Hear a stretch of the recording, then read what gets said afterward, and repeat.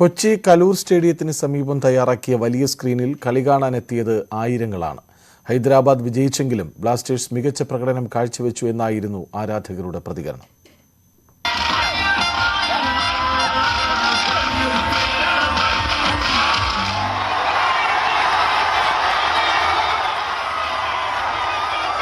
ബ്ലാസ്റ്റേഴ്സിന്റെ ഹോം ഗ്രൗണ്ടായ കലൂർ സ്റ്റേഡിയത്തിനു മുമ്പിലെ കൂറ്റൻ സ്ക്രീനിൽ മത്സരം കാണാൻ പതിനായിരങ്ങളാണ് ഒഴുകിയെത്തിയത്.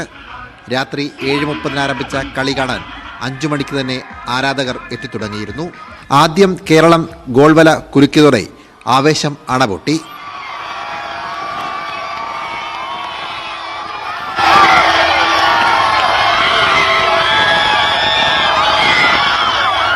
ഹൈദരാബാദ് ഗോൾ മടക്കിയതോടെ നിരാശ.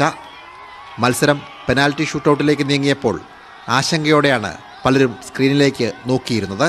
ഒടുവിൽ കേരളം പരാജയപ്പെട്ടപ്പോൾ പലരും പൊട്ടിക്കരഞ്ഞു.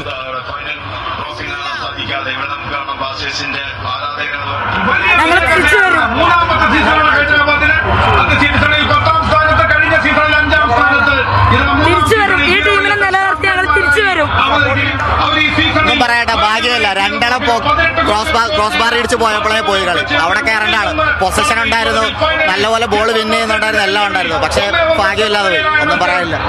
അവസാനം വരെ നല്ല പ്രതീക്ഷ ഉണ്ടായിരുന്നു, എല്ലാം തകർന്നില്ലേ.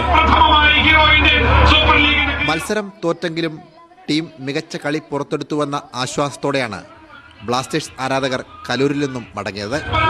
ഇതുവരെ ഫൈനൽ വരെ എത്തിയല്ലോ. പ്രതീക്ഷ ഉണ്ടായിരുന്നു. ലാസ്റ്റ് നിമിഷം അത് കളിയാണല്ലോ, അതിൻ്റെ ഒരു സ്പോർട്സ്മാൻ സ്പിരിറ്റിൽ എടുക്കാം.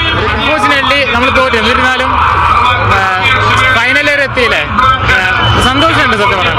ക്യാമറമാൻ ശ്യാംലാലിനൊപ്പം സനോജ് സുരേന്ദ്രൻ, ന്യൂസ് 18 കൊച്ചി.